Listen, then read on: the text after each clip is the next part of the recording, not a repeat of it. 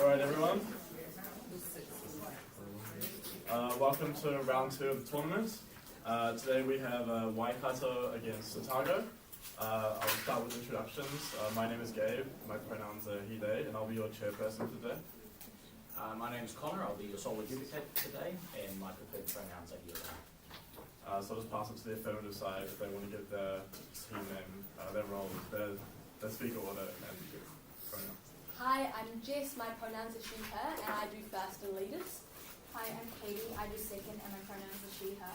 Hi, I'm Daniel, I'm third, and my pronouns are he, him. So I'll just pass it to the gaming team. Hi, I'm Clara, I speak first, and my pronouns are she, her. Speak second and leaders, pronouns he, they. Alexander, third speaker. Oh, sorry, my name's Jordan. Yeah, okay, Alexander, third speaker, yeah. Thank you, everyone. So the motion for this round's debate is this House, as the environmental movement, would prioritise local environmental issues rather than global climate change. And I'd like to welcome the first speaker of the affirmative side to deliver that.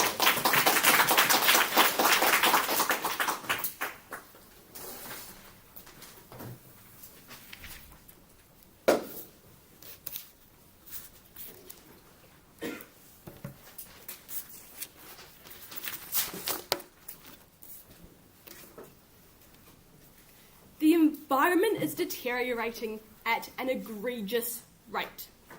The best way to resolve this deterioration is through implementing local change rather than advocating for global change, which never materialises.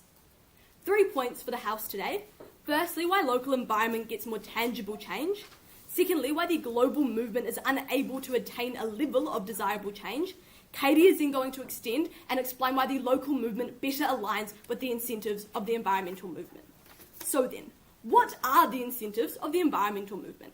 I think their main and the most obvious incentive is to promote positive environmental change. This is done through 2 ways. Firstly, through spreading awareness at a local level about the harms of climate change and any specific actions that worsen the problem. And when people are aware, it means that they are able to realise that the actions they're taking are harmful, and therefore they can minimise the negative impact that they have on the environment. But secondly, obviously, they want to implement tangible policies which allows for the harms to the environment to be minimised and allows for protection. So how then do the incentives of a local movement differ from the incentives of a global movement? I think that the local movement has an understanding of the communities and the policies that are most effective for that specific region, but secondly, they allow steps to be taken at a local level to implement that change because they have an understanding of the geographical context and that they understand that the policy is targeted to improve the local community rather than some really broad overarching policy which just targets climate change as a whole, which is essentially what the incentives of a global movement are, right? Is that they've got an overarching aim that all countries have to meet by a certain time, that it should be limited a certain thing like reducing your carbon emissions. But secondly, they also just have to have broader goals for the environmental change because it's got to encompass all countries, which are really unique and all have different really negative impacts on the environment that differ from place to place. If movements are as specialised as local as you say, how can you achieve harmonic, united goals across the globe? When you are able to implement change at a local level, when you do it enough, right, you've got this local region and this local region and that local region all making changes, it creates enough of an effect that you do get changes on that global level, which is what Katie will also explain to you later. So, firstly, as to why local change is more tangible. What does a local movement actually look like? It's probably spearheaded by some passionate individuals, for example, the organisers of the school strike for climate, but the people that did it at the local level, so for example, organising the protest in Hamilton. but it also includes the average person who makes any effort towards improving the environment. This could include businesses who take environmental measures within their practices. For example, coffee shops using reusable cups and like giving people discounts for like bringing in their reusable cups. So, why do you achieve more on a local scale? I think the first thing to note here is that when you are doing it at a local scale, you are able to influence those around you, which increases buy-in.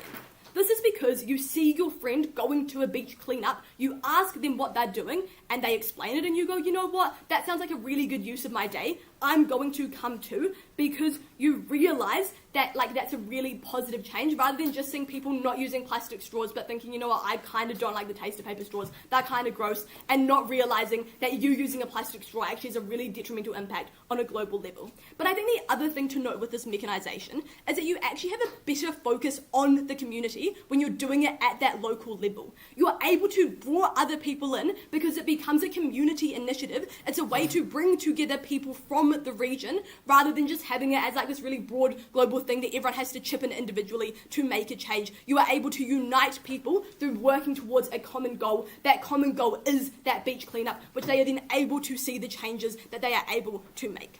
But secondly, the change is just far less abstract when you're doing it at a local level. This is because you can see exactly how your contribution is helping your local community. When you go out and plant trees and you restore your gully, you can then look at it and like a few months' time and go, wow, my tree has grown that little bit. I've actually made a really good change and I'm getting more oxygen for the world, instead of just kind of not really ever seeing how your change materializes in a way that happens in the global context.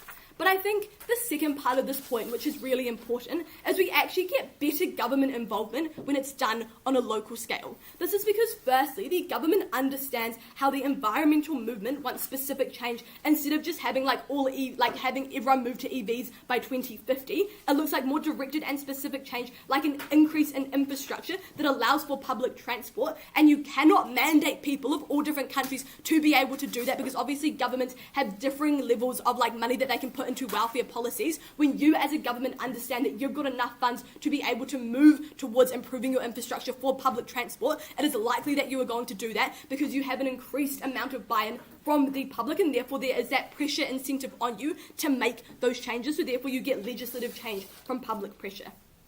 But I think the second thing is you actually get more local councils have better buy-in, because the local councils, because it's now a local movement, feel like they've got more autonomy to try and tell the central government what changes should be made. They don't feel like they're saying, hey, look, the Waikato River is actually really polluted, and the central government is going, well, you know what, we just want to get all EVs in our country by 2050. We don't actually care that much about the local river. You shift the focus from the global to the local context, which is really good. But the third thing to note here is that legislative change is really important to allow for environmental improvement, because the global movement, sure, can have some agreements, have like a broad overarching statement, but it doesn't actually mean that change is occurring, because there is no accountability mechanism aside from some level of of global pressure to actually get people to carry out these policies. And the thing is, you don't get as much public pressure in a local context when you have these global agreements, because like New Zealand or Australia or someone who agreed to the Paris Agreement goes, oh yeah, our government said that they were going to make these changes. We trust that they are going to do that, because constituents often do trust their government because of the fact that they, like in a democracy, have elected them in, and therefore they obviously like them to a certain extent.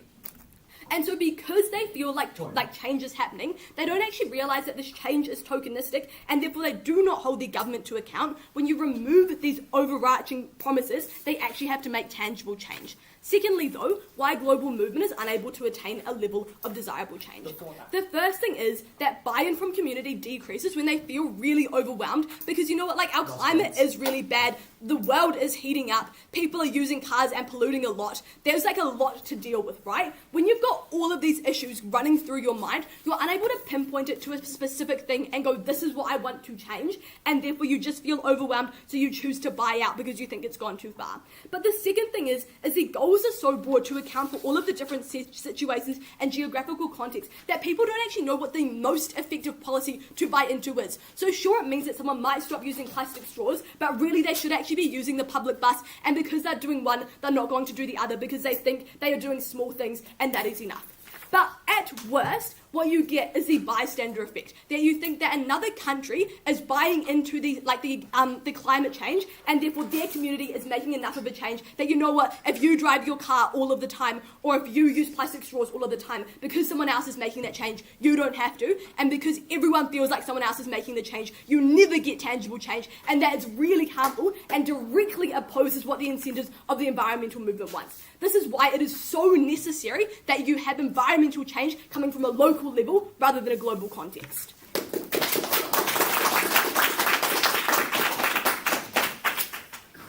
Thank you to the first speaker for his speech. Now let's welcome the first speaker from the negating side to begin their speech case.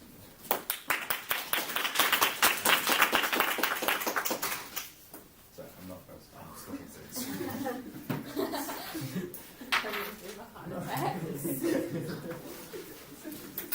Watch first. Watch this, guys. I'm taking third.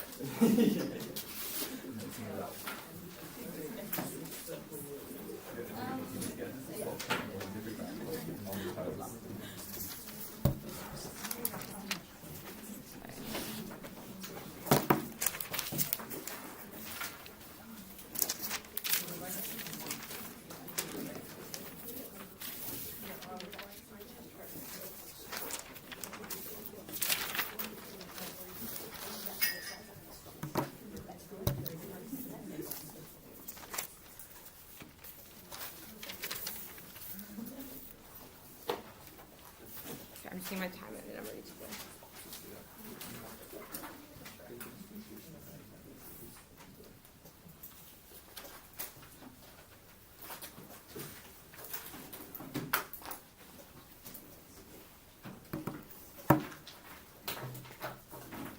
Say my speech in 3, 2, 1. Look, I think the fundamental flaw inside affirmative case is this implicit framing that they're relying on, that people can do a lot to stop climate change, that the individual is the one who is like making the biggest impact. We think this is patently false when like global corporations like Monsanto are contributing the vast majority of climate emissions, the vast majority of plastic pollution. Okay, 4 things I'm going to do for you in my speech today. Firstly, on some rebuttal. Secondly, on setup. Then 2 substantives, one on how we get more and better policy change, and then secondly on how Side F necessarily negatively impacts developing countries. Okay, so quickly on some rebuttal, I'm going to start out with this framing because I think it's really, really important and it shifts how we see the rest of the debate. So, like I flagged for you, Side F kind of relies on this assumption that like local change is going to make a massive impact when it's aggregated over the globe. We think this isn't true because corporations are the biggest polluter. This is true for 4 reasons. 1, they necessarily use the most resources because they are massive. If you are producing like massive amounts of goods, that's a far bigger impact on the environment than whether people locally use the bus. I think even if every single person in the world uses the bus, this will never outweigh the impact that massive polluting corporations have. Secondly, these corporations have just massive amounts of people. This like greatly amplifies the above MEG. Thirdly, corporations have an incentive to care more about profit than the environment because if I'm Jeff Bezos, I have enough money that it probably doesn't matter to me whether or not people in developing countries have become refugees because of sea level rise, right? And finally, corporations are very, very hard to hold to account. It's hard to get them to change. Okay, so a couple of other pieces of rebuttal here. We heard from Side F that like local change is more tangible. Again, I think all of the paper cups that cafes decide to use in the world will never outweigh the harms that corporations bring. Unless Side F can engage with this, they necessarily cannot bring big enough benefits. Secondly, we heard the example of School Strikes for Climate as a like locally led movement. I'd just like to flag that this is like by definition a global movement. Just because it had local leaders doesn't mean it's like a global movement. So if they think that's a good thing, they necessarily agree with our case. Secondly, on like whether people increase buy-in from local communities, I think this is not true for a couple of reasons. One, that like people are very busy. Not every local community is necessarily going to buy into this change, especially when people are privileged, and these people probably have the most ability to make local change, but are least likely to because they just don't have that big of an incentive to care. And thirdly, even the examples they use probably seem that like not that important. What are you more likely to think is like a really good thing? Taking the bus or like putting a tax on Monsanto to stop them from like destroying our climate. Okay, final piece of rebuttal here.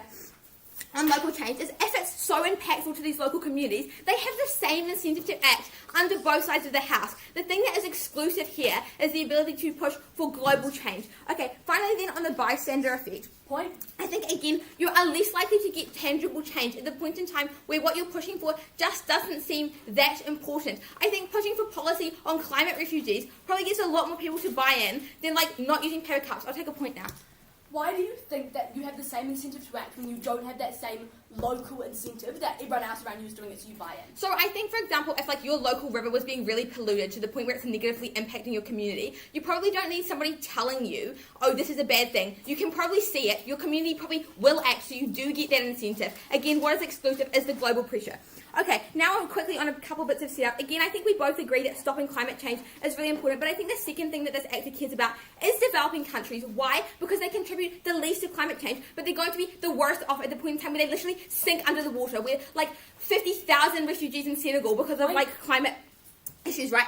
Okay, the other thing here is that I think, again, people have an impact on climate, we agree, but it's just not as large as corporations, as I've already explained to you. Finally, what do we think our policy movements look like? It looks like using the platform of the environmental movement to push for things like taxes and regulations on these big conglomerates that I've told you are so bad. It looks like messaging that's focused on the global issues that people find really emotionally impactful, like sea level rising, like climate refugees, like rising temperatures, like emissions. Things that people literally think are going to ruin their lives, are going to mean that their children don't have a safe world to live in. Okay, moving on now into how we get more policy change. Point. 5 things here. 1, we think it's easier to get people to buy into global movements. Why? Because they can see how it affects them. It's very unlikely that I buy in to caring about a river in like Botswana. It's very likely that I buy into something that I know will affect me as well as everyone else. So what do we get on our side? Probably more people striking, more people protesting, getting engaged with things like school strikes or climate, and maybe at our best, more donations into the climate movement. At the point in time, you just care more about things that you think are affecting a really large group of people.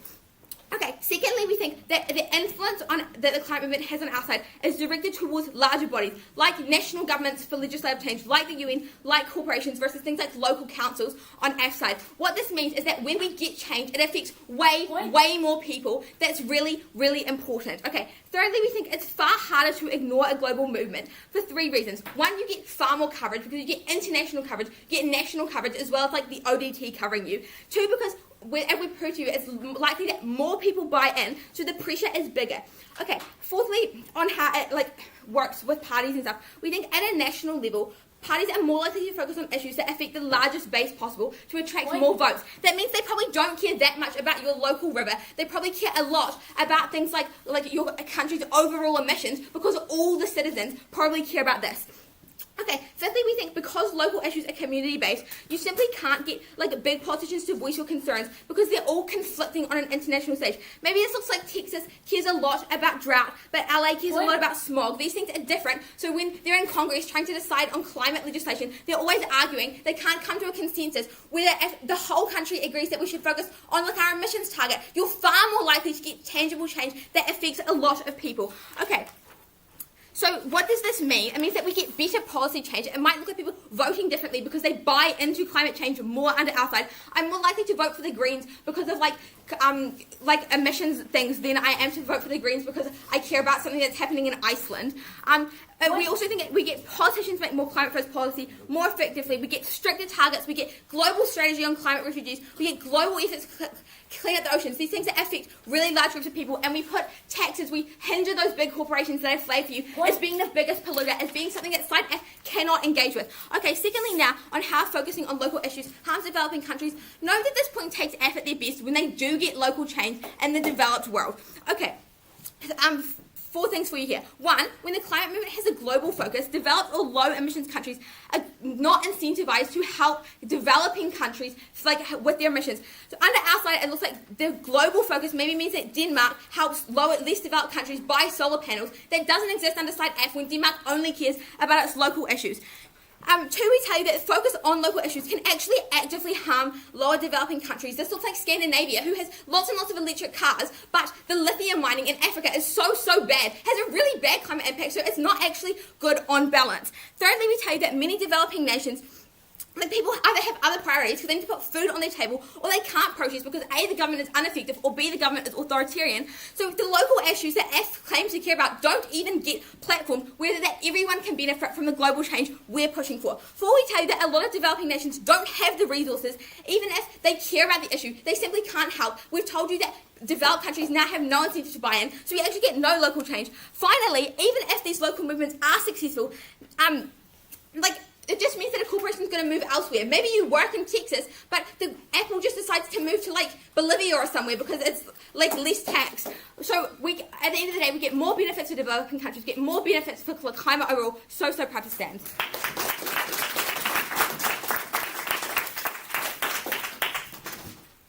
Thank you to the first and again speaker for that speech. Now I'd like to welcome up the second speaker from the affirmative side.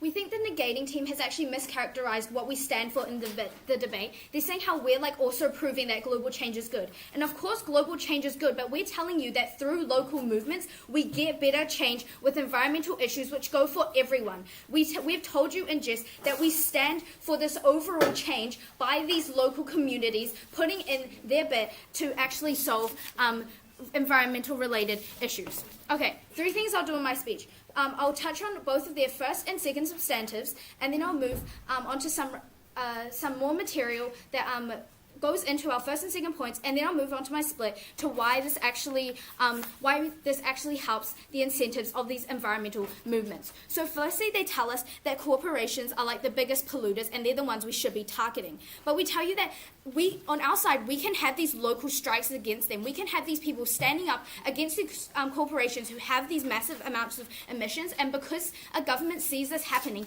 they will also take action, because in the end, these are their constituents. They're the ones that have to police, so they have to put these policies or put certain rules onto these corporations to cut down on their policies. They also talk about this lobbying power, but lobbying power on these corporations exists because the people care about climate change. They also tell us how there's the same incentive to act on a global scale to a local scale, but when you see a big corporation putting up a policy or having a carbon reduction policy, you feel like you don't have to do anything because these massive powerful figures are already doing something about it, which means that you in a local context feel like, oh, I can't make as much change. I feel like my country's already doing enough. But when you see a local campaign, just maybe around your school, or they talk about it in school, or just your friends going out and going to these ocean cleanups, you're going to feel like you have this part to take, and you're going to go with your friends and actually make change instead of feel like somebody else is doing this. And Jess has already told you about this bystander effect, that you feel like somebody else is doing something for you,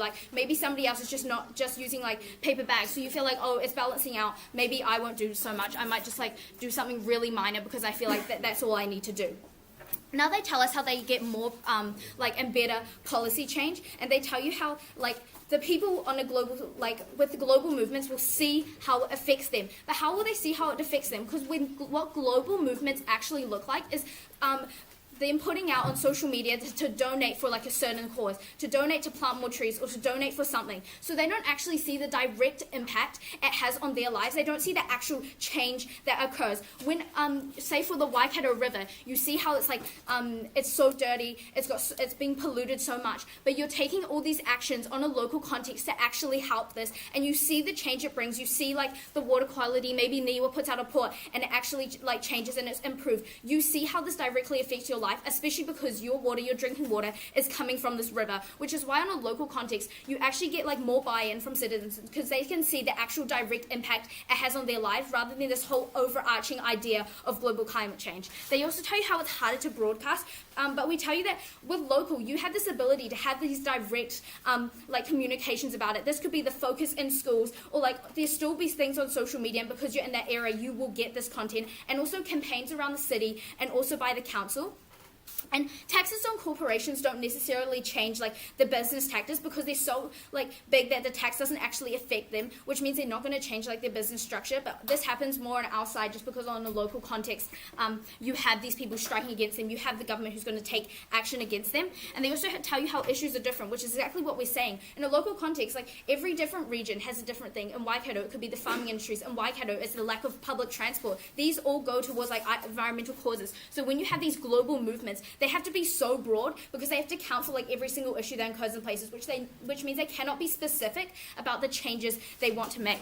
On that, yes. why can't we focus on a specific issue which may be important for some regions, less important for others, but overall it is still really important? And Well, why can't because we focus on that? Well, because global movements, they have these like conferences, they have these big ideas that they want to put out. They can't just be like, oh, we're going to decrease like the fertilizer usage, because that doesn't affect like, isn't the main issue in most places. They're just going to be like, oh, we want to reduce carbon emissions, we want to stop global climate change, but you'll not actually be given the direct like actions and incentives to make those specific things which only like really make sense in your context. Now they tell us how this is negative in developing countries. So firstly, I want to tell you that like these global conferences, you have things like the Paris Agreement, and the countries, they opt in to do these things, right? They opt in because it makes them look good on a global context, but just because in this agreement doesn't mean that they necessarily like make every single change that they put out. Like for example, Saudi Arabia, how they've like said that they want to decrease carbon emissions by 50% by 2050, but however they still build things out of very, very detrimental like materials. It means that they're not actually making these things. And if countries are so big and have like, their own climate issues, why would they want to develop help the developing nations? So we feel like this like they're not helping the developing nations in any way. They're just telling us what's happening in the status quo. And also developing countries, they've said doesn't have money, but these global movements like won't be funding these developing countries. So we feel like it's not actually that helpful, or in that case, they're not likely to spend it on things that actually like work, because in local like for example, in developing countries, there may be a group of people who are passionate about like the water source and the water they're getting. So they're actually going to take change. When you just have them like say, decrease your carbon emissions, maybe these countries don't actually have that many carbon emissions because they aren't producing like much from factories, which means that they feel like they don't have to do much. Now on to my point on why actually better suits the environmental like movements interests. So we tell you that by spreading awareness, which Jess has told you, spreading awareness and action on environmental issues, this is actually better on a local level. And this is because these movements, as their main goal, have the obligation to enact changes within these populations, which Jess has told you really well and set up. So why is this important they fulfill their obligation, and why does this occur on our side? So basically, there are no other streams or groups to willingly fight for change, and this means that the environment will more likely deteriorate. The negating side hasn't proved why they fulfill these obligations better. They've just told you we get better policies, but we've already told you as to why they don't actually get better policies, which is why we have taken down the point on why they get more and better policies. Now onto some material on why local governments get more impactful environmental change. So Jess has told you that it's easier to implement. This is because there's this community initiative to all take part, this unity, and also the cost of these campaigns and events will cost way less. For a global like movement to rise up, they have to have so much money, they have to have so much power to actually influence other nations. But a local context, like they have these small campaigns, it might just be flyers around, hey, come on, we're going to do the strike. We see the school strikes for climates, how like useful they were, and they were organized on a local level, and they were able to make change, and they were able to inflict some change or influence onto the government, because in the end the government has to please these people. And we also tell you how like there's these abstract goals, and how this change on their side is very tokenistic. You just see like something occurring, or you feel like you see this certain thing that you have to do, and you're like, oh, I will stop using like plastic straws, but you're not actually making like a good enough effort. On our side, what you could do is helping clean up, or like just stopping like the bad filtration of certain things into the river, and this actually makes a change on those people. This is why you need to stand with side affirming.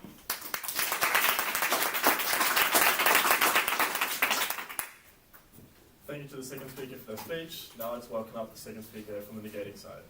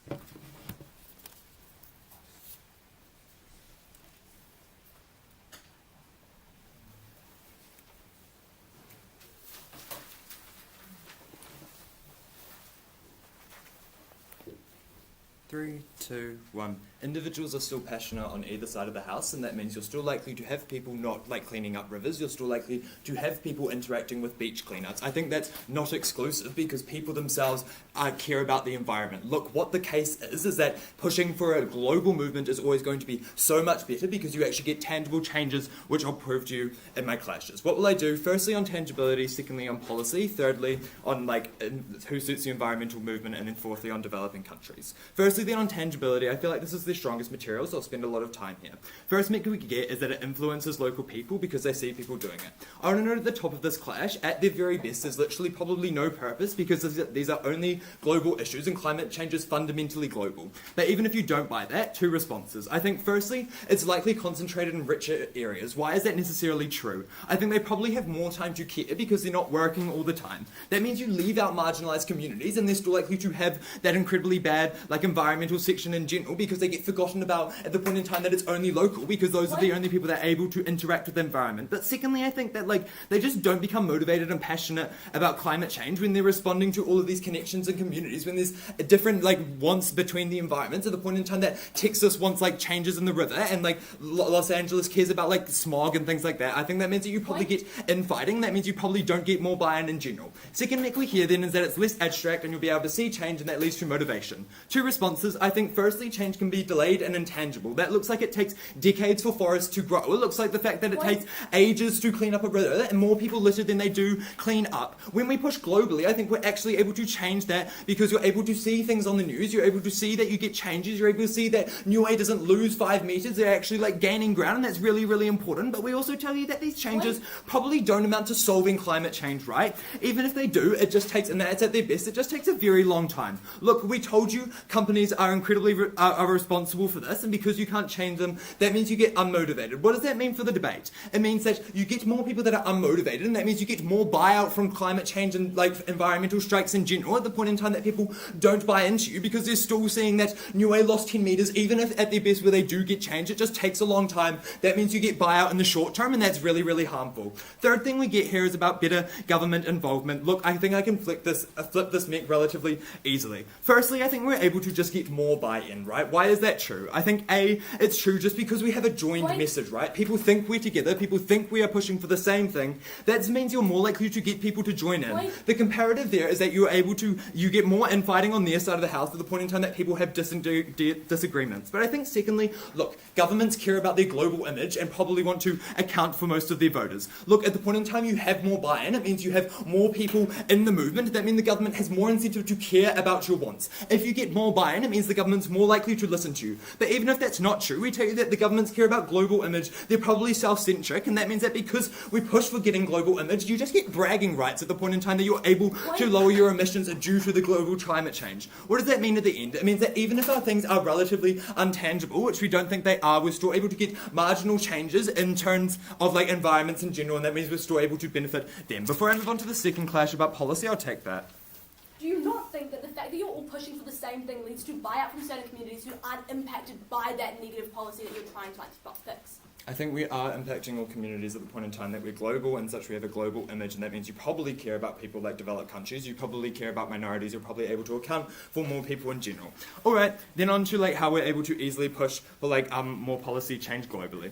Look, I think they never really deal with our framing, and that is that companies and like these multinational corporations can just probably ignore a tiny market at the point in time that somebody gets mad at them. They probably just leave and go to developed countries. Look, I don't think the response of people won't help developed countries on either side is actually good enough. Even if local institutions are willing to sacrifice things like the economy by placing sanctions and things, these are probably relatively insignificant to companies like Amazon, companies like Saudi Aramco, that are just so big and so massive that it literally doesn't affect them at all. That means they don't have incentive to actually change at the point in time that only one section of people are actually able to interact with them. What that means is they're still going to be bad on either side of the house. Second thing here is that local changes do not lead to global solutions. Look, changing plastic straws doesn't lead to, in like one country, doesn't lead to the change of like turtles dying everywhere. It needs to be global. Look, we can have a global image of not using plastic straws, and that means you're more likely to get change over the world in general. That's where you actually reduce things that are super harmful. That's because climate change is inherently global, and that means there's no incentives to enact change on their side of the house.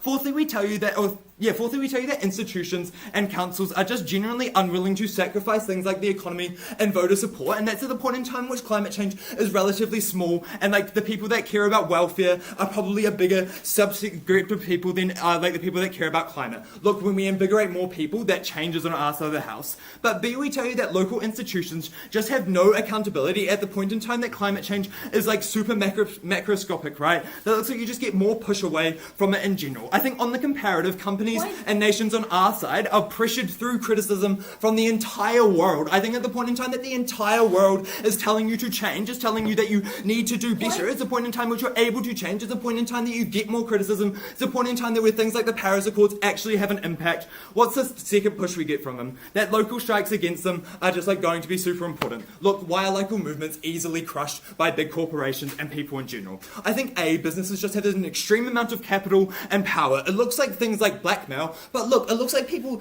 just care about money, and big corporations can probably just pay away your morals, and in such you're probably able to just get brought out. That's not true at the point in time that the entire world does it. You can just buy out a local community, you can't buy out the entire world. But B, we tell you that we tell you that B, your voice is just relatively quiet, right? Look, we gave you all the reasons why it's small. We tell you that people disagree with you. We tell you that there's different incentives in the push in general, and then we tell you that it also just happens in rich areas. What that means is people probably just forget about you in general at the point in time that Amazon probably just releases a new product, Apple pushes out the new iPhone, and now your entire point is forgotten about because you're not invigorating by the world. Last push we get is that you won't see change on our side because you get flyers on their side of the house. Look, I think firstly, people watch the news, and that means you're probably able to see some form of change. But secondly, look, let's use our own mech against them. Social media, right? Look, at the point you're way more connected on our side with a shared movement, it means like a win in America looks like a win in America, it looks like a win for the climate movement, and that's really beneficial and really important. Quickly on their bystander material, look, I think firstly by their own analysis,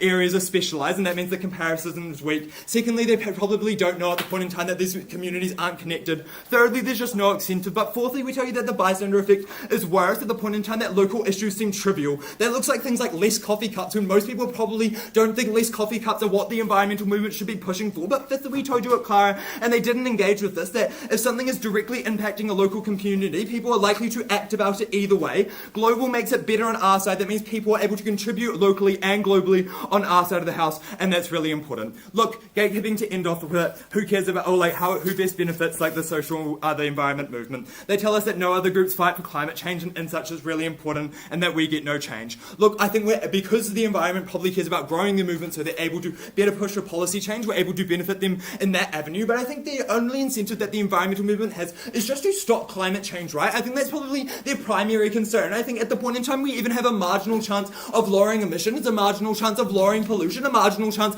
of less climate refugees. That's a really, really big benefit, and we're able to win exclusively off that. Lastly, on developing countries, look, they're going to offside it. People don't care about developing countries because we're a global movement. We're able to account for them, and that's really, really important. Proud to stand.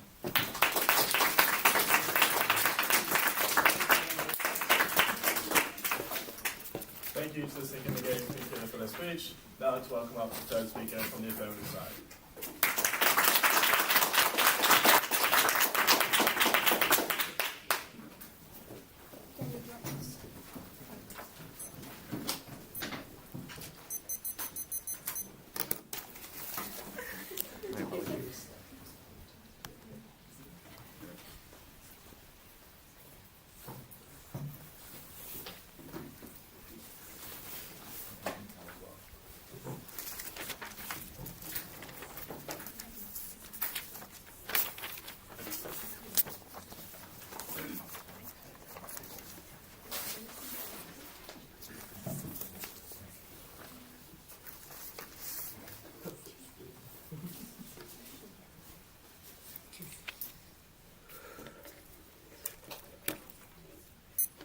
The best way to get change for the environment is focusing on local community levels, not getting the global change, not pushing for global change, which never materializes. 2 points for the House today.